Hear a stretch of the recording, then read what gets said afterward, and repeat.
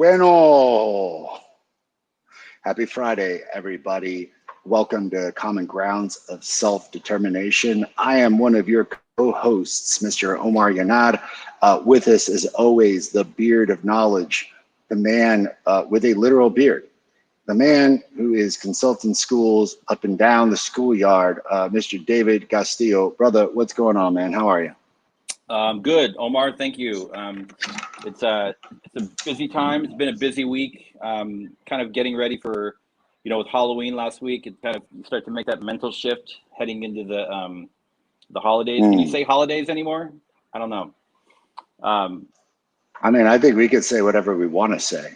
Okay. Yeah, Thanksgiving, which some people celebrate, some people don't, and then and Christmas. My cat is trying to destroy my setup here. Can you go down, please? Can you go down? Thank you.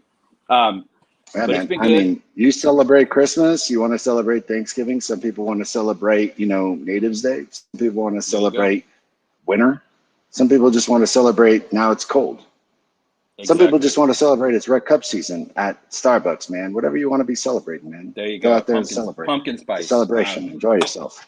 No, I'm definitely anti-pumpkin spice. I don't allow that stuff in my home. But yeah, things are good. Things are busy. Like I said, I'm working with a couple of leadership teams at a couple of charter schools, mainly here in California. And yeah, I mean, I'm not working directly in the school. I'm like working with them. What up, William Conrad, live and direct, Thrill in Manila. From Manila, man, the Thriller from Manila. Man. That's what's up. Yeah, we're international now. Thank you. So it's been good. The leadership teams that I'm working with, I'm not working directly in the school right now, but I'm working with people that are on the ground every day like you, and people are tired, man. It's a really hard time, and I just keep reminding people that like this is also not a normal school year, right? It's an adjustment coming out of COVID, all of the stress on top of it. So I mean, like, stay focused. You got to do the work to help children out in schools and maintaining safe environments and engaging families, and at the same time, it's like we can't do what we were doing 2 or 3 years ago.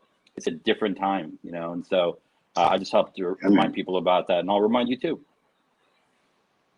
I mean, I think that was a good reminder for me as well. Just straight up a reminder that, like, it's the upside down.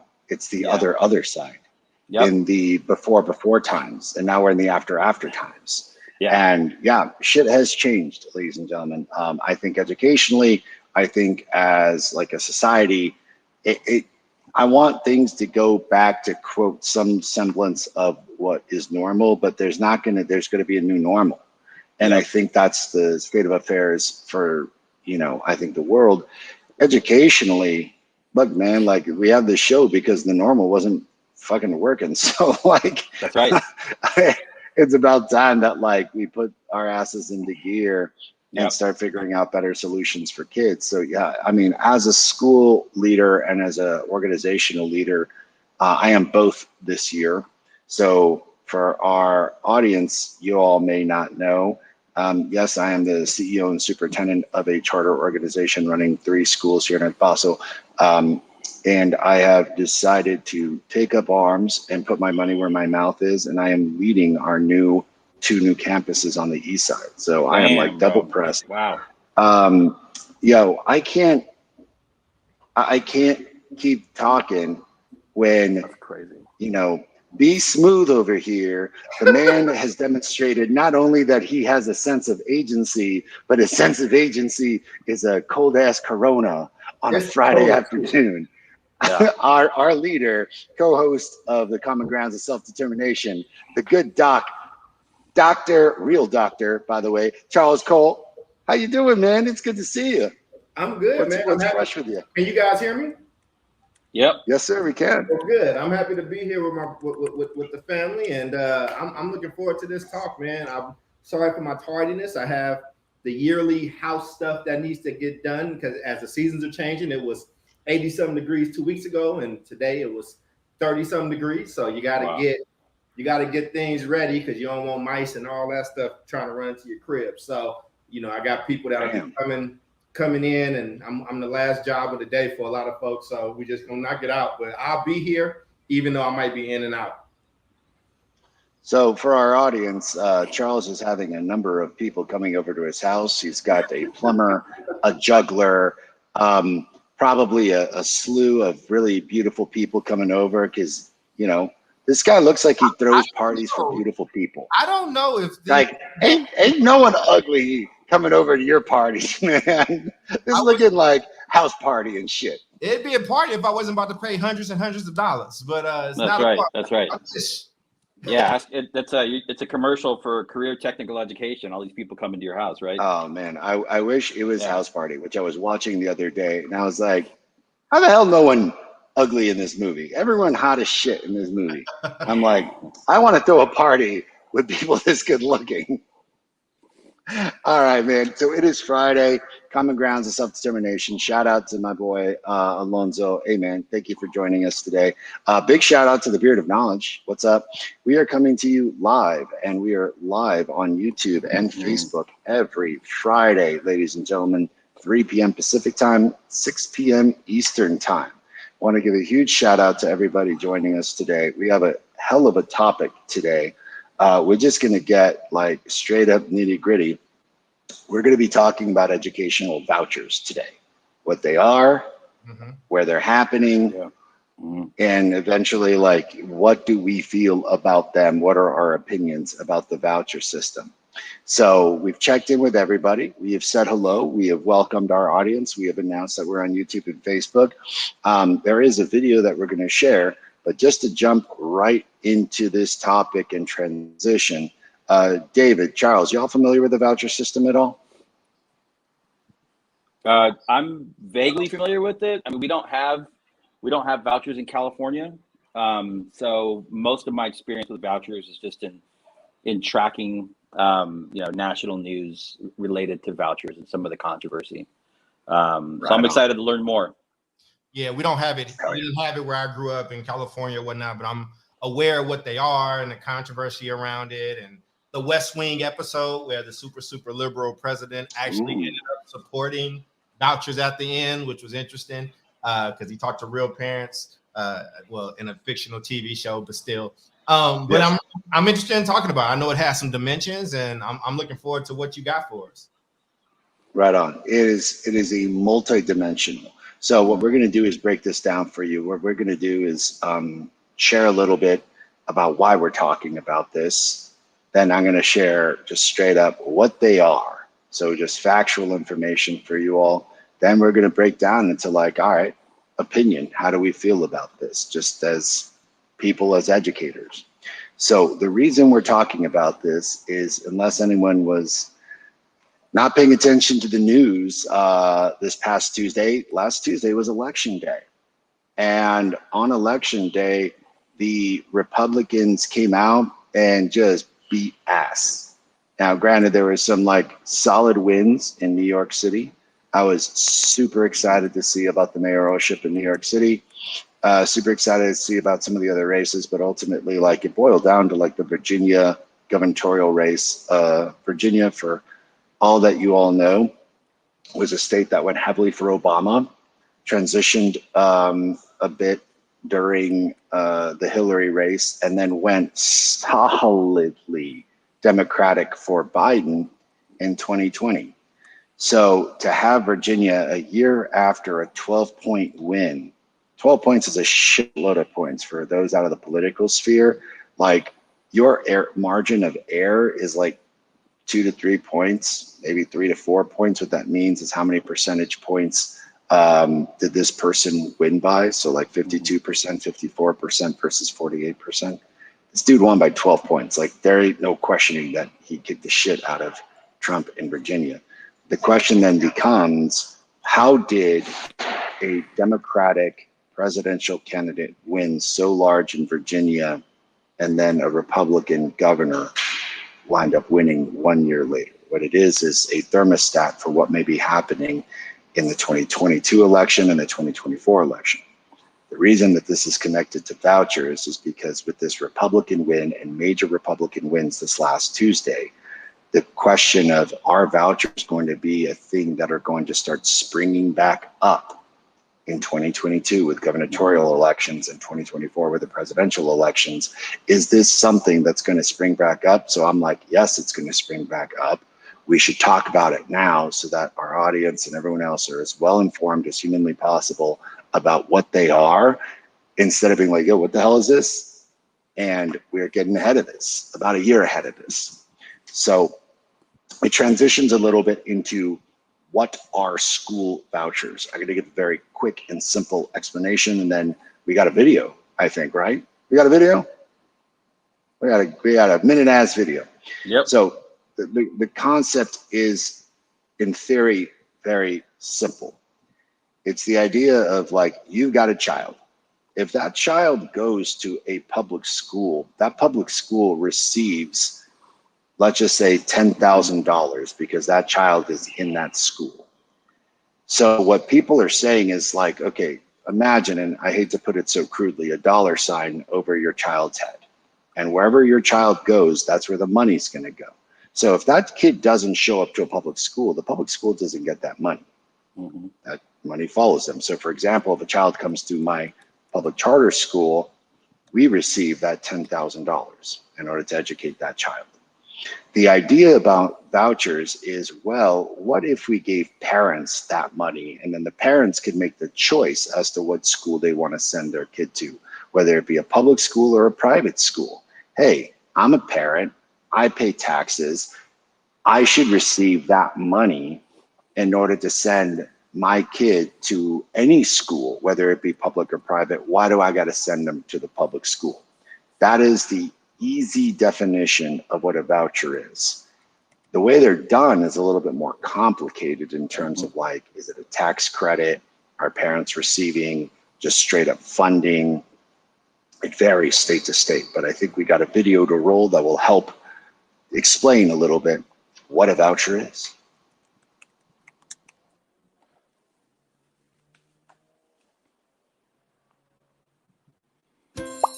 What is a school choice voucher? A school voucher is a portion of money the state has allocated for a parent to pay partial or full school tuition, including religious and non-religious options. Where does the money come from to pay for vouchers? People in communities pay income taxes, sales taxes, or both. Those funds become the revenue the state uses to pay for education. Now, how do school vouchers work? A parent gathers information about schooling options, then picks a school that uniquely fits her child. Then she visits the school she likes best, and if it's a good fit, she and the school work together to get her child's voucher to pay for tuition. When the parent gets the voucher, she signs it, and that's it. Her child is enrolled. Today, thousands of parents in states across America are using vouchers to access schools that work best for their children. Learn more about those families and the effects school vouchers are having on communities at edchoice.org.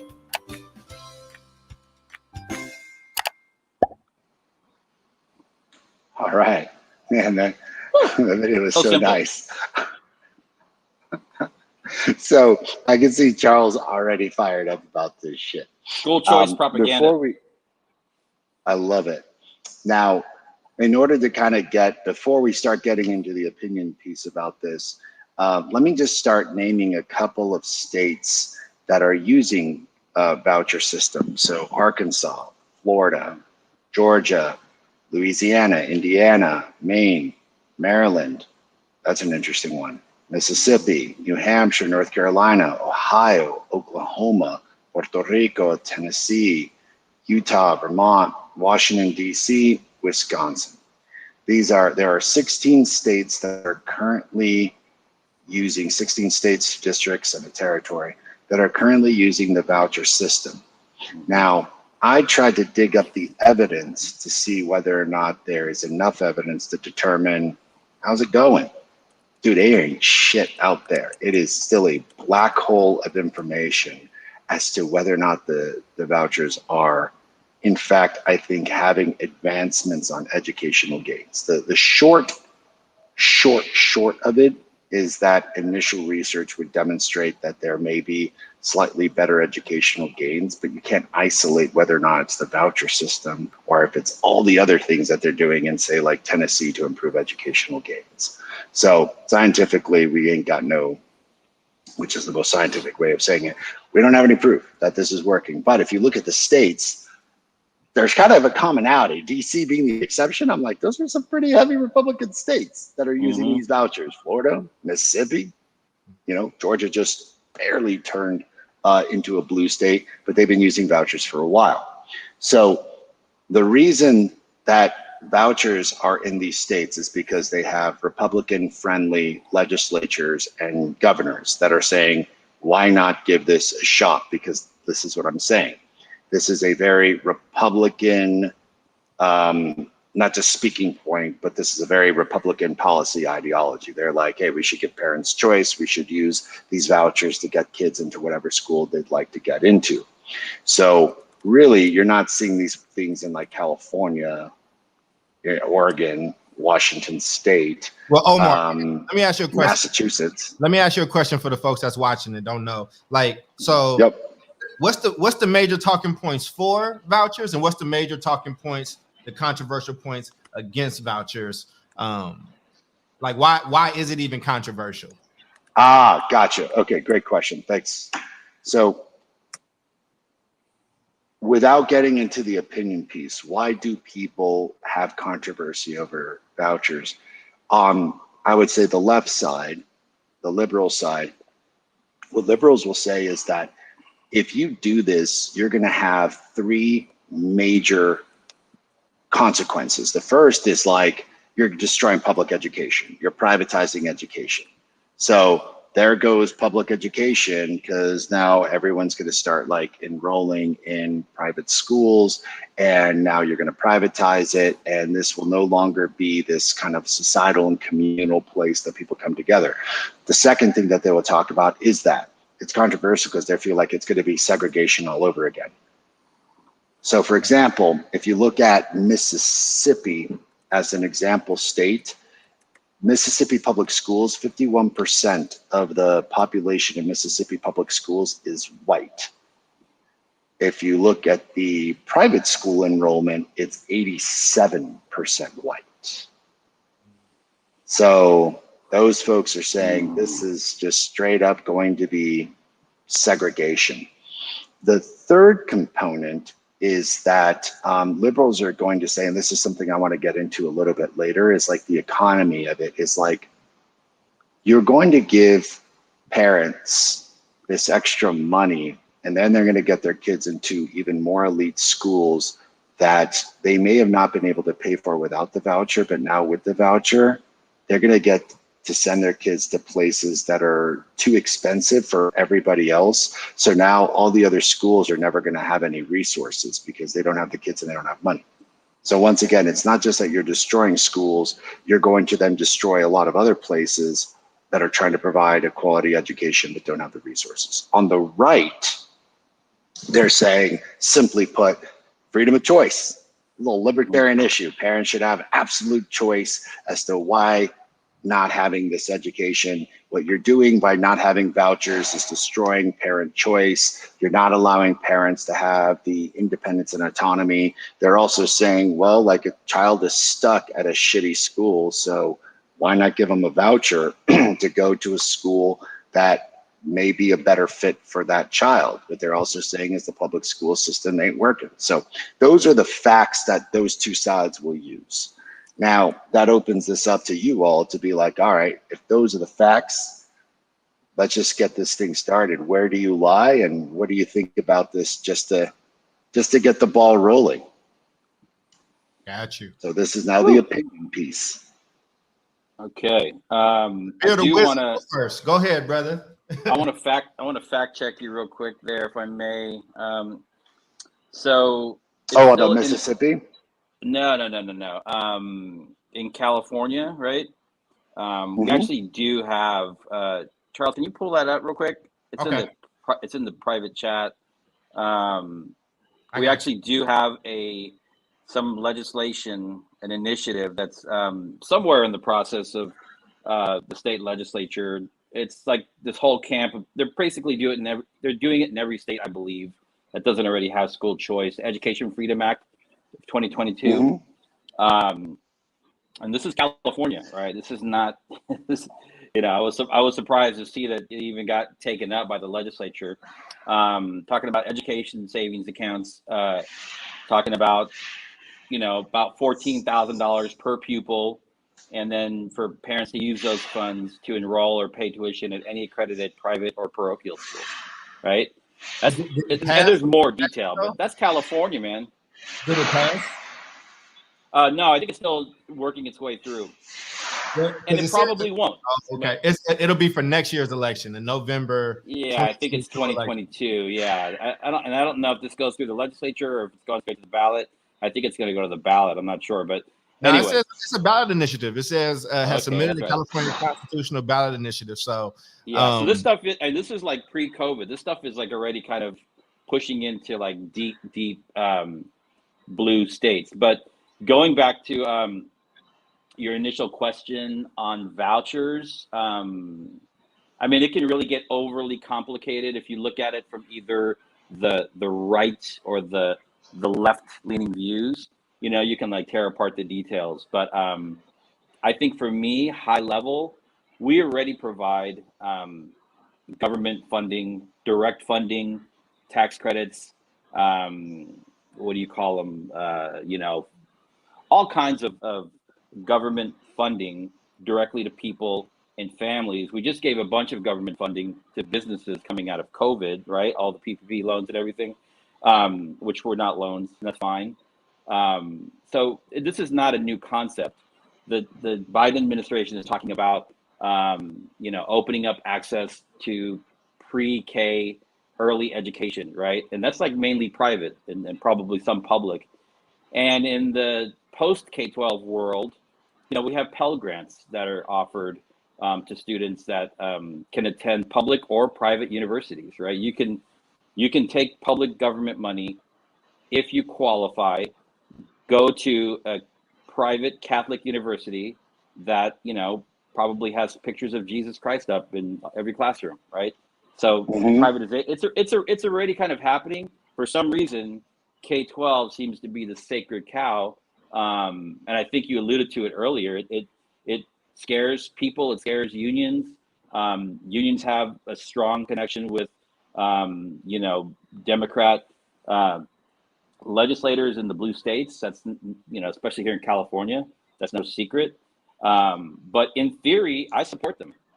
I think my only shift would be, I think there needs to be some criteria. So you're either, you know, low income, or, you know, can document that you are, you know, forced to attend zip code address assigned government schools that are low performing, right? Versus, you know, the other end of the spectrum where people are leveraging these dollars because they're smart to attend, you know, hoity-toity private schools. I think that's an issue. It is with me. Okay. Yeah. I think the doc. Yeah, I mean, you know, and Bill, first off, I just want to shout out our people in the comments, man. We got Bailey in here. We got Bill. We got the one and only Bill Conrad. Bill, I'll be wanting to post all your comments, brother, but if they either too long or got a blatant curse word in it, and I'm already shadow banned. So, but I will put pieces of them in there. If you are listening to us and you're enjoying this, we need you to like. We need those likes. We need you to comment. We need you to share it. Share right now. I mean, my thought on this, but Bill said something that was really interesting to me. He said the racist private schools in the South, you know, the racist private schools or whatever, you know, we talk about a bunch of stuff, man. I feel like all of these systems are racist. Like when you're talking about numbers in the 30% of reading and even less than that in some situations, like I think it's all racist. My thing is, let's open up enough so parents can make a decision for what's best for their kids. At least give them a fighting chance. And if that's traditional schools, if that's charter schools, private schools, homeschooling, whatever the case is, I can't lionize one of these systems when I went through that one system and it was horrible. I'm not saying everybody's situation was horrible in those schools, but mine was. And I will tell you this, If my mama was able to get her hands on a voucher or some money or whatever the case is, she would have took it in a heartbeat. It's like it was when I was growing up, there was always a few black families, especially at the church, right, that had a little bit of bread or saved up their money and put their kid in a private school. I'm Baptist. You would be surprised how many Catholic kids are in Catholic school. So, I mean, but now I know there are some larger ramifications that people point out around the proliferation of vouchers or whatever the case is, or that the vouchers won't cover the full cost. And then you'll just get a new system of these bad private schools versus these good private schools. I mean, but ain't that always the story when it comes to black people, brown people, and poor people? Like, so give me a fighting chance. Let me be able to move and wiggle how I need to in a system that ain't set up for me to succeed in the first place. So I love it, man. I think we're going to have a good ass conversation, and I want to ask some questions and ebb and flow, because ultimately, like, I was excited about this conversation because I could argue like both sides of this. Hearing both of you talk the way that you just talk, I'm going to purposely veer on one side and ask some questions to you. So to Charles and to David, I've got two questions for you. First, when you talk about, okay, I'm in on this voucher thing, cool. So you can drive your kids to this school. How do you then answer the question about the modality issue for a number of our parents? And like you all talk about, well, like, yo, you're in New York City. Okay, yeah, man, maybe you can take the metro. You're in El Paso. That's a 3-hour bus ride because the bus system sucks shit. LA could be arguably a similar situation unless you're a metro line. I have no idea what's up in North Carolina, or, you know, the BART seems okay in Oakland. So let's just start with that. How do you answer someone on the left saying, okay, cool, so you want to send your kid there? How about the economic modalities of transportation and the equity of that opportunity? What's your response to that? Wait, good. Ask that one more time. I want to get that question. So the simple question is, if you're pro charter, or excuse me, pro voucher, how do you then respond to parents who can't transport their kids there? Yeah, I mean, I'll jump in real quick. I think we already have that problem, right? With you know, like in Oakland, for example, there's, you know, California, there's no vouchers. In Oakland, California, there really is this kind of like rogue underground guerrilla school choice that's happening, and parents are already kept out of schools as a result of not being able to get their children to school. I used to live in Deep East Oakland, and I remember seeing some kids dressed up in school uniforms for a school in East Oakland, getting onto a bus at 7 in the morning to get to a school in North Oakland called Oakland Military Institute. These kids took the MacArthur all the way from the east to the west. Charles knows the MacArthur bus line. That is a serious commute, right? And they do it two ways. Is that fair? It's not fair. So I think we already have, you know, this system that's set up that's not well coordinated between public charter, and private schools in particular regions to manage this transportation issue that you're talking about. So I 100% agree. If somebody from the left brought that to me, I'd say, yeah, that's a real challenge, and we should, you know, not throw the baby out with the bathwater, but like work to solve it. It's a city issue. It's a city planning issue. But you know what though? I mean, but that same issue is an issue for like, so Oakland is a place where you can now go to any school in Oakland if you get accepted to it. So, so for the record, just when I was in the 6th grade and my brother was in kindergarten, I went to Lafayette and we lost our place, and I lived in a shelter in San Francisco. My brother and I was 11 and he was what, 6, however old you are in kindergarten, 5, 6. We would get on BART every morning. We would get BART tickets and bus tickets from the school. They had this program or whatever. But like, and there's always these programs that's kind of like donating like public transportation fares and stuff. We have a transient city like that in the Bay Area. But we were 2 kids catching the BART. So if we can catch the BART to a felon school, BART and bus, to a failing school that wasn't teaching kids how to read and called me a thug in training and all kind of shit, then definitely I could probably do that to a Salesian or to a St. Elizabeth when I was around or whatever the case was. You know what I mean? And then the other group of us that went to like those schools were kids that got scholarship for sports, right? So we would play against the St. Liz's, or we'd play against Salesian or these other schools that were private. And a lot of those kids were on scholarship or some form of financial aid. So, I mean, you know, people figure things out. If that's the issue, though, I would love if, like, I don't have to go gung ho on vouchers. Like, that hasn't been my issue, right? If you bring me a good argument, I'll support it. But if somebody brought me the argument that you brought me, Omar, I would say, oh, I'm glad you care about it now. So what are we going to do for the rest of these kids that's traveling X amount of miles every single day to get to the better schools in the city? Yeah. Yeah. I think that is actually one of the easier problems to solve is the transportation issue.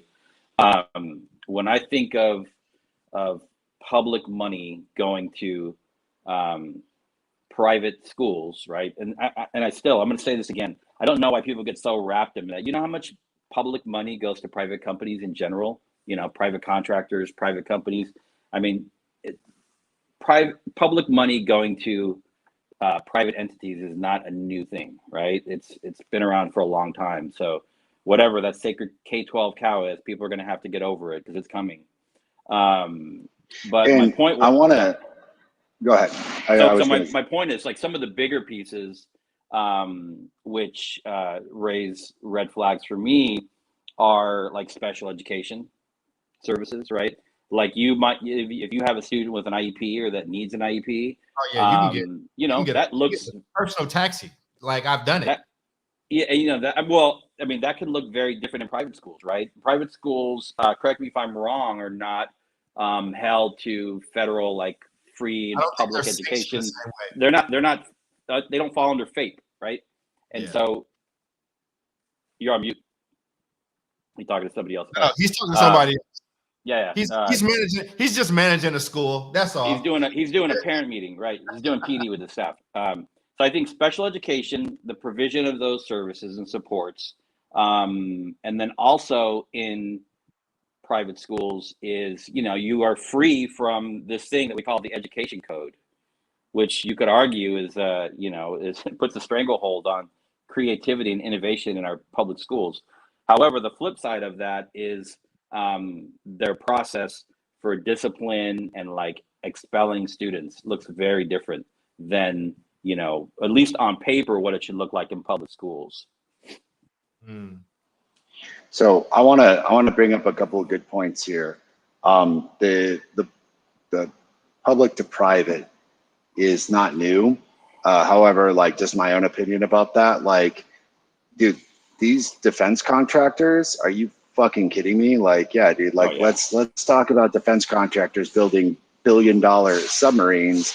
Meanwhile, we can't build a road. So yeah, well, public money from taxpayers to private industries, especially defense contractors, are not a new thing. I think it's that is a very good example of absolute inherent corruption, where these private contractors are getting money hand over fist, building things that I don't think our country needs anymore. I am a patriot. Like, I'm straight up all for the United States. Anyone who wants to go bat to bat with me, like, you better know your amendments. Otherwise, I'm going to embarrass you. But straight up spending $1 billion on a fucking submarine when we can't even have roads, when kids can't even get a good education, when children are starving, seems to me like a shit example of allowing private companies to use this money. So I want to talk about and ask a couple of questions here, because one of the things that you all brought up is like, okay, now all of a sudden these private schools are able to use this funding, and hey, like, maybe it's a better situation. Maybe we figure out a transportation system. Ask Mayor Pete to figure that out. I'm going to tell you, as a public policy expert, transportation is not an easy solution. It is exceptionally difficult. It is exceptionally comprehensive in terms of its scope and financing. And yeah, maybe if we weren't spending $1 billion on a piece of shit sub, we could actually build better infrastructure for transportation. Yeah. But as it stands now, the fact that Oakland has a BART is a exceptional privilege that that city has, that many other cities across the country unfortunately do not. You're in Oklahoma, what do you got? Nebraska, what do you got? Kansas, what do you got? You're outside of Denver, what do you got? You're in Puebla, California, you ain't got shit. So like, I could go to this school. It's complex, but I don't think it's insolvable. Nor do I. I mean, I'm looking at. Thank you, Bailey, for your comment. And you know, this is like the flip side of it. You know, we talk about the protections of students with IEPs in our public schools, and then if you're a parent or if you're a teacher or you've been in those meetings, it's like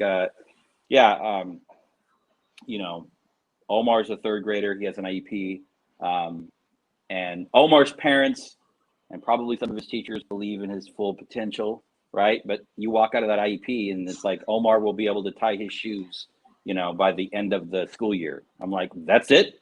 All right. So, I mean, Bailey's comment is getting to that. She's saying, you know, in the private schools, like regardless of IEP or not, like it's the academics and support and expectations are just different, right? And then lastly, I'm worried. Looks like William Conrad's going to start drinking at 6:30 in the morning in Manila. So well, they won't let him. He's quarantined. That's right. He's quarantined. Okay, cool. He's good. All right. Yeah. So yeah, I think it's very complex, man. There's a lot of like complexities in this. So it's yeah. Yeah, I think it's complex. Let me add. Well, before you go, I want to thank you to Alonzo who's in these comments. I want to thank you. Say thank you to Bailey who's in these comments with Bill. I want to say we got our regulars, man. We got Cristal that's in these comments with us or whatnot. So y'all keep coming, keep having this conversation with us. But here's what I'll say about that piece, right? Like, if we're not, so you're not getting sent to just any. And listen, I'm not necessarily making a case for private schools or vouchers, right? But going off the one thing that you put up about transportation, which is difficult, but it's not like you get assigned to a private school, right? Like we shouldn't be the people saying, well, we shouldn't do this because transportation is an issue. If a parent is like, that's what I want for my kid, let me worry about that. Let me figure it out. You just put the damn money in the account, or you just let me go.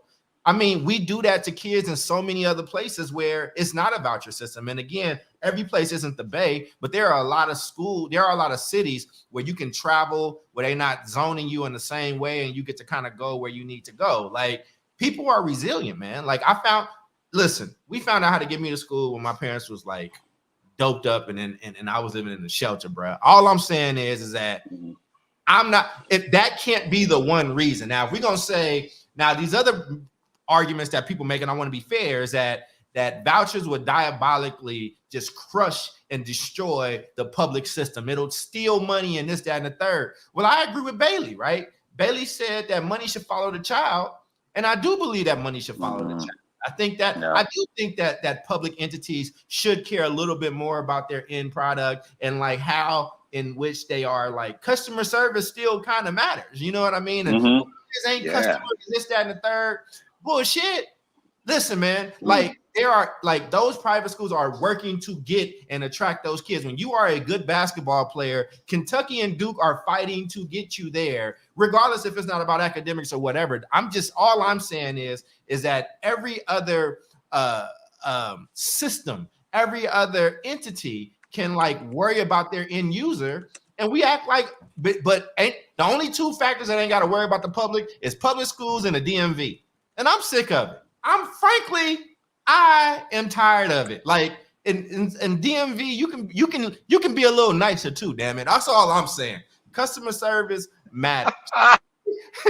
Stop treating your public like they riffraff and they don't matter, man. Because if we start asking these kids what they want and these parents what they want, and we actually listen, you know what we did in Oakland, Omar? We had a one application system that parents loved. They was able to go online and see everything. The district felt like they was losing. Parents was making other choices. And you know what they did? They took it from parents. They took it because they couldn't compete. Wait, but I thought we believed in parents. I thought we believed in parent voice. I thought that parents knew the best about their kids. Nope, sorry. I don't like these rules and I'm going to change it. That's power and that's oppressive. So you telling me, not you, but somebody telling me that, well, we can't do vouchers because of transportation, I'm going to send their ass back to the store.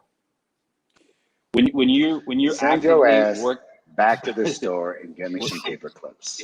When you're actively pushing against access to school performance information, basic things like attendance, discipline, reading, writing, mathematics from low-income Black and brown families in Oakland, that is systemic racism.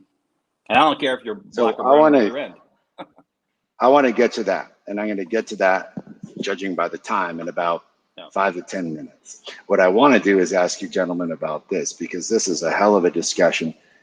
One of the questions that I have has to deal with corruption. And listen, I'm asking these questions because I see that you two are poised in a certain position. So I want to play a little bit of devil's advocate and start asking some questions here. Now, look, listen, before I even ask that question, Bill's going to jump all over my ass. Listen, Bill, I will be the first to tell you that public school systems are some of the most corrupt ass organizations across the country. All right. Look, Socorro Independent School District is a big school district here in El Paso. Like a few years ago, like half of that town went to jail for fucking corruption. I mean, like the mayor, parts of the school board, the sheriff, like that whole town. The superintendent recently had to resign for education, being complicit in educational fraud. So without getting too far into this like wormhole of corruption, I do want to ask David, I do want to ask the doc, listen, like private corruption is a very real thing. Mm-hmm. I see it with the defense contractors. I see it with for-profit charter schools in Detroit. And what I'm talking about is, let's get into the particulars of this, the corruption. It's like, okay, well, this is a private school. So I don't give a shit if I got a good heart or not. I'm going to give the kids the worst meals. I'm going to give the kids the least resources because I'm the founder and the CEO, and I'm just straight up going to take all this cash and make this cash cow for me. And yeah, maybe it looks good on the surface, but really, like, these kids ain't getting shit. Or straight up like, hey, this is an affluent area, so the parents are doing the heavy lift. I don't really have to pay my teachers too well. And I'm going to do all these like corrupt practices. So how do you address the private corruption?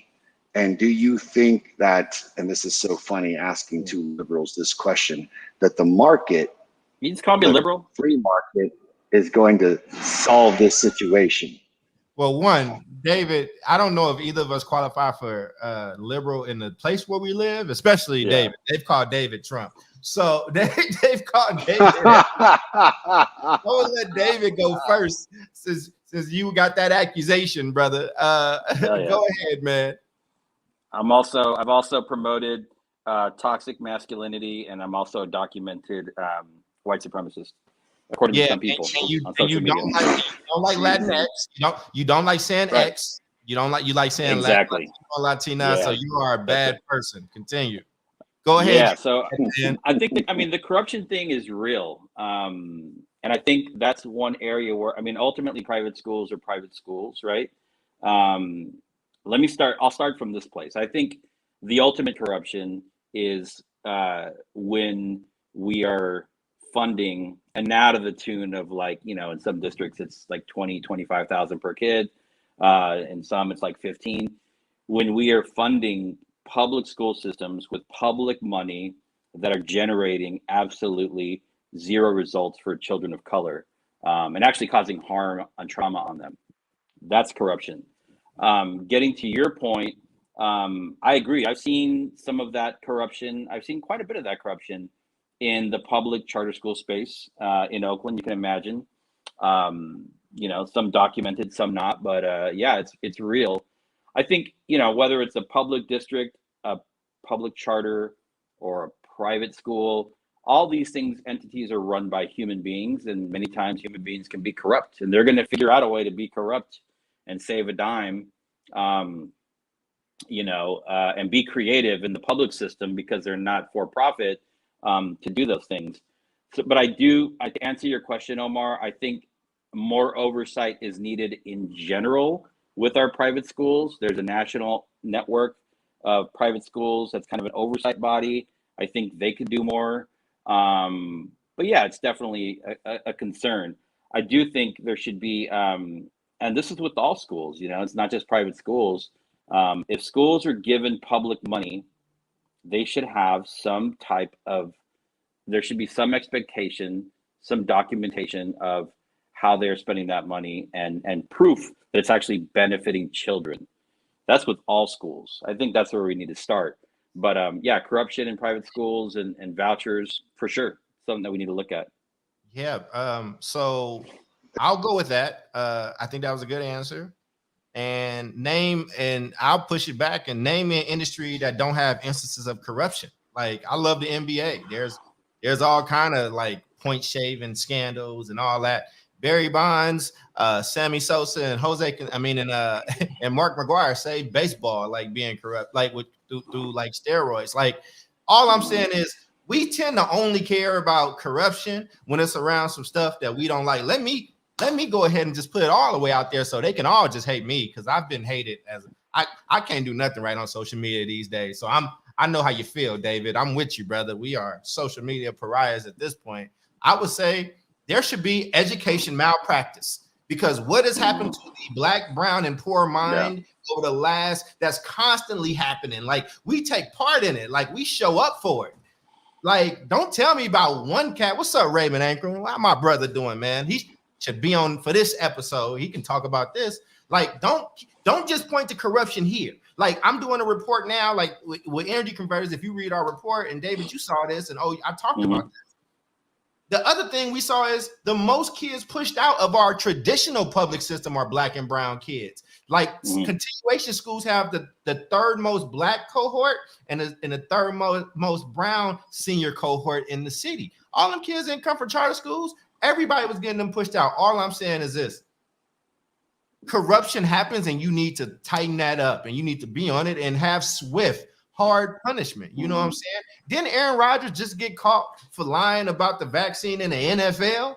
Didn't that just happen? He said, well, technically, I didn't say I was vaccinated. Technically, I said, what he said? He said he had he said something else, man. He said he takes his medical advice from Joe Rogan. He's canceled. Listen, and here go the thing. This ain't even the issue about the vaccine for me. Like, I do think I think CNN was corrupt for the way that they covered that, right? They knew that man wasn't talking about horse deworming. He was talking about something that a doctor gave him. But here's my point, though, right? We can find corruption in any and everything. So again, the issue is going to be, well, what about corruption and transportation? If those are the two reasons why we shouldn't have vouchers, I hate to say it, friend, vouchers is becoming more and more attractive to me from this conversation. I don't think that was your goal there, brother. Actually, no, my goal is to explore this topic. So straight up for our audience and everything else, like, I have I don't know if it's a gift or not, I can choose a side easily. You never know what side I linger on. My goal is to get our audience to really think about this topic, because it's very simple to be, I'm in the blue camp, so fuck vouchers. I'm in the red camp, I'm all for it. I want to have a nuanced conversation to make red people rethink this decision and blue people rethink this. Eventually, we all need to just start like hooking up with one another and turn ourselves purple and shit. But I want to get into that really quickly, because that's probably the last question that we're going to be able to field today before we move on, which is, hey, before you go, one of the discussions. Real quick, Omar, before, just in case I got to run in the middle of this part. Yeah, man. Bill Conrad, who has been a faithful listener, has a book. He just put the link in. Go check it out. Bill, thank you for sharing it, and thank you for living in these comments with us, brother. Hell yeah, man. Thanks, Omar, go ahead, just because I expect that bell to ring at any moment now. So keep going. Yeah, man. I really, man, I'd love to have Ray on for this topic, specifically this question, but I know Charlie's going to be all over this. Segregation. So people say, I can't wait to hear this. I'm just asking the question. Don't kill me yet. Damn, man. Shit. We're good, man. We're good. So I know, man. I'm just all up on that shit, man. Hold on, go ahead. I love it. Stand up for this. No, go ahead.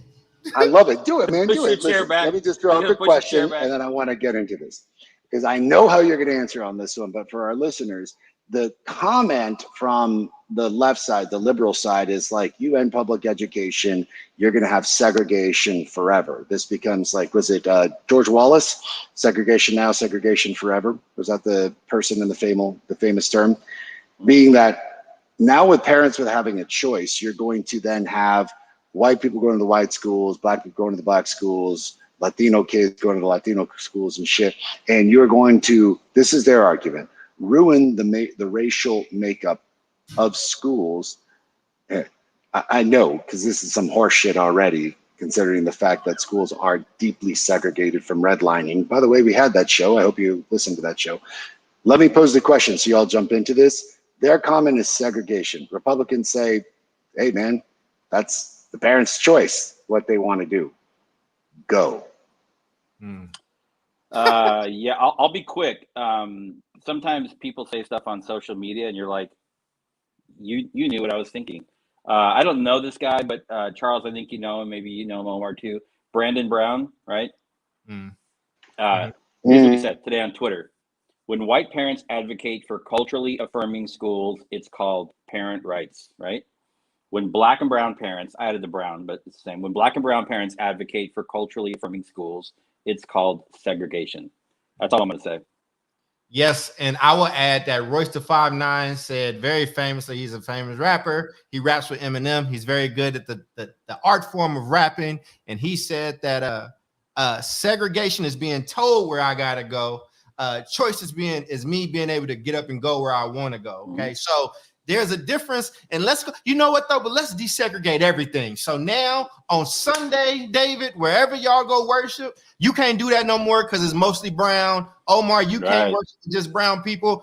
Going into that cathedral, brother, where y'all clapping on different rhythms. One of y'all is clapping on the 2 and the 4, and somebody else is clapping on the 1 and the 3. Go ahead. Let's exactly like.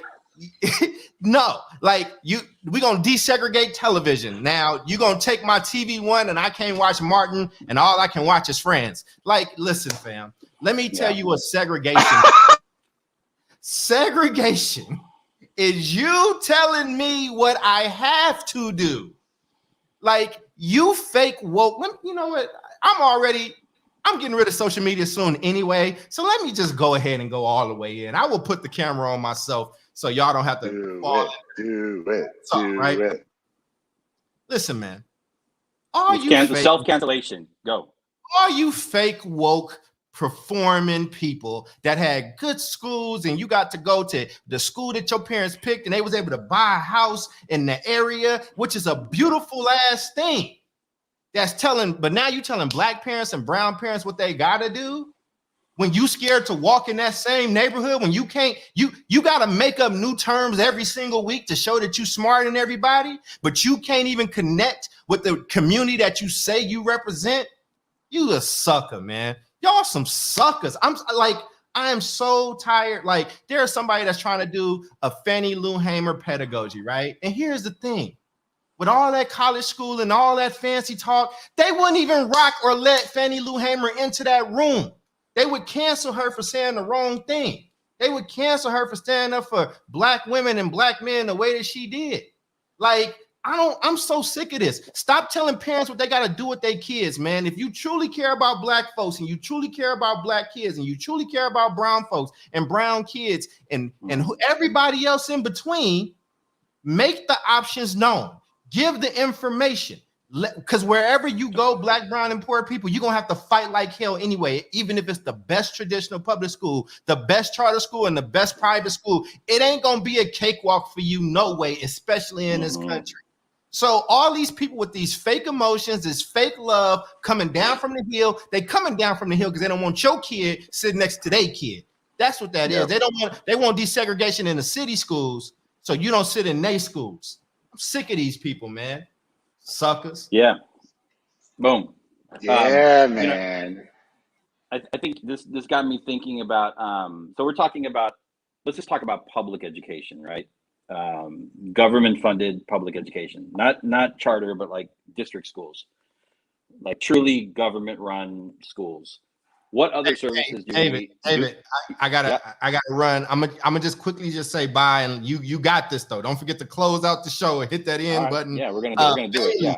Jill, Jennifer, everybody in the comments, Ray, love y'all, love you. Thank y'all for showing up, man. I gotta go take care of my house because it's about to be Chicago winter. So I'm a holler. Yeah, good luck. Weatherproof, Right. weatherproof. Yeah, absolutely. Bye, Charles. I think the other thing that's got me thinking about is like what are other public goods, right? You might live on a particular street in a particular neighborhood, let's say in El Paso or in Chicago or in LA, Los Angeles, or in Oakland. And the government says, based on your address, your children have to attend this public run government school, right? That's what it is. Can you imagine a world where the government mandated where you bought your groceries from? You have to go to the we don't have any. We don't have any big box stores, so you need to go to the bodega on the corner or the liquor on the corner or the smoke shop to get your chips or whatever, you know. And then also, it's Saturday, it's a nice day out. You want to go take your children to the park because maybe you live in like a high rise or somewhere, or maybe there's not a lot of outdoor space. Omar, you are zoned to go to the public park that is based on your home address, right? Okay. Healthcare.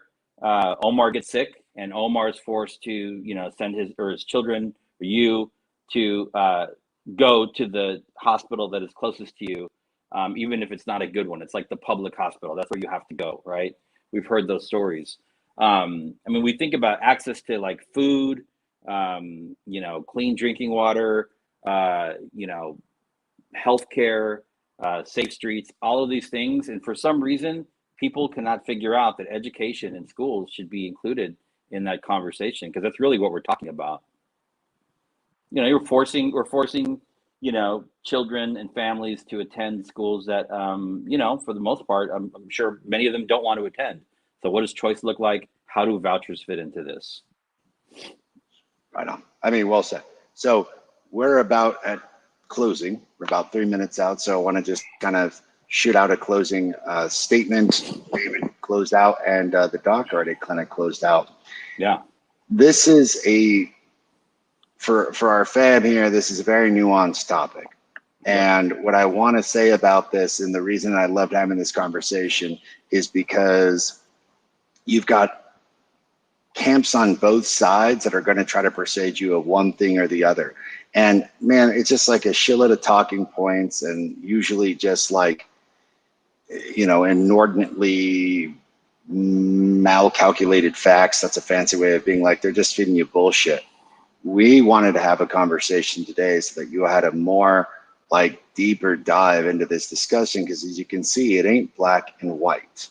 And I don't want this discussion to be painted black or white. Even the comments coming in were all over the spectrum. And that's badass, because I wanted everyone to have this like very deep understanding that we can solve situations in a very diversified way that can work for kids. So for example, I could easily say, well, why don't we push vouchers, but then ensure that private schools, because it is publicly funded now, has some semblance of regulation, like based on, hey, I'm an extraordinarily regulated organization as a charter school. We don't get our academic results. We're not moving kids up. We can get shut down. We have any kind of financial malfeasance, especially, we get shut down.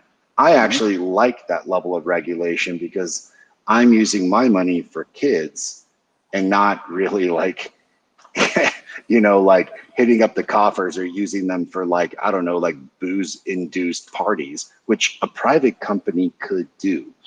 So what I'm getting to our audience is like, don't believe the hype and the bullshit from both sides. Inform yourself well, understand that this is a highly nuanced topic, but support, thank you, Bill, support some level of accountability to ensure that we are getting the best of both worlds, freedom and choice for our parents, but some level of accountability to ensure that people aren't just like blasting that money, because that shit matters to me.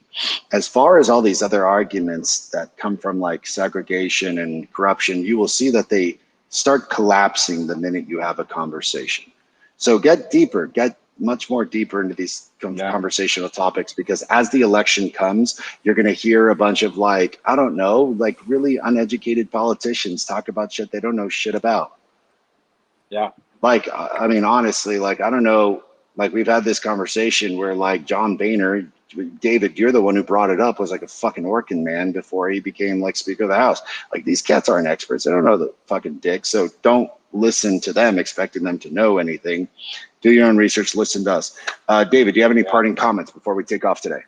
Yeah, I think, I mean, I think especially given, and I'm proud of ourselves. Like, I think we only said Virginia like twice, you know, on this podcast, which is good. Yeah, man. Because that's like, that's the hot story, right? We're not here for the hot story. We're here for the big picture, the long picture, right? And, you know, pre-pandemic, post-pandemic, we're still talking about the same things. 20 years ago, when I was principal at a brand new startup charter school in Oakland, we were first getting some of our like early glimpses of like student academic performance data, and it was very positive. We're like in deep East Oakland, you know, working in highly traumatized, highly, you know, drug, gang, violence inflicted neighborhoods at a time when we were getting like $6,000 a kid, right? No child left behind. And so, but we were getting results. Kids were like graduating. Our state testing looked good. We had good attendance. Kids were happy. And I had a school board member from the school district come to visit me. He came twice, actually. First time he came, he looked around. We talked to him about what we're doing. Second time he came, we showed him some data. And when he left the second visit, he looked at me and said, you know, I'm going to shut you down.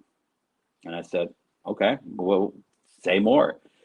He says, I want the district to come and learn about what you're doing here, what's your secret sauce. And I want to take that and I want to apply it to our district schools so all of our kids can have access to this kind of education. And I said, let's do it, right? Never happened because of capacity issues at the school district. But I'm like, in my mind, I don't care if it's a public charter, a district, or a private school. As long as it's a school that is serving the needs of children and the community and families, that's what's important to me. So I think that's what also makes this conversation both nuanced and complicated, because I always look at it from the orientation from, you know, families that are furthest from opportunity when we talk about vouchers. I don't care about fancy schmancy schmoozy private schools. I mean, I do, but that's not what we're here for. Yeah, what up? I love it. Well said. On that note, it is that time, David. It is that time, man. Thank you to our listeners. Just huge shout out to all of our listeners. Again, Bill, thanks so much, man. Haley, thank you so much for your comments today. It was an honor to have Ray with us today. Jennifer, to my boy Alonzo, man. On behalf of the Dr. Charles Cole, the Beard of Knowledge, Mr. David Castillo, our co-hosts, I am Mr. Omar Yanar. Please tune in to Common Grounds of Self-Determination every Friday from 3 p.m. or excuse me, starting at 3 p.m. Pacific time, starting at 6 p.m. Eastern time. You can check us out on YouTube and Facebook. Coming soon, we will be podcasting these shows out as well. Give us a few weeks/months, and we will get all up into the earbuds so that you can listen to it in the car and so forth. But we want to thank you all again. Have a wonderful week and have an outstanding time thinking about this topic today, and go out and vote. Thanks, ladies and gentlemen. Take care. Thanks, everyone. Thanks, Omar.